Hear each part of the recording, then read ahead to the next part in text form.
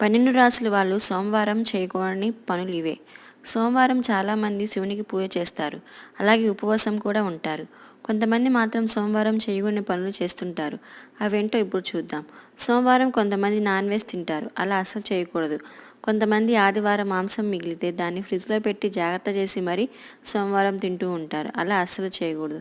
సోమవారం ఎట్టి పరిస్థితుల్లో శాకాహారం మాత్రమే తినాలని పండితులు చెప్తున్నారు. అలాగే సోమవారం తెల్లని వస్త్రాలు, పాలు దానం చేయకూడదు.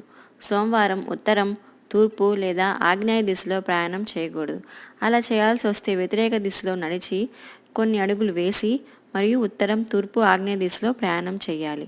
అలాగే ఈరోజు బెండకాయలు, ఆవాలు, నల్ల నువ్వులు, మసాలా దినుసులు, పనసపండు మొదలైనవి తినకూడదు. మరి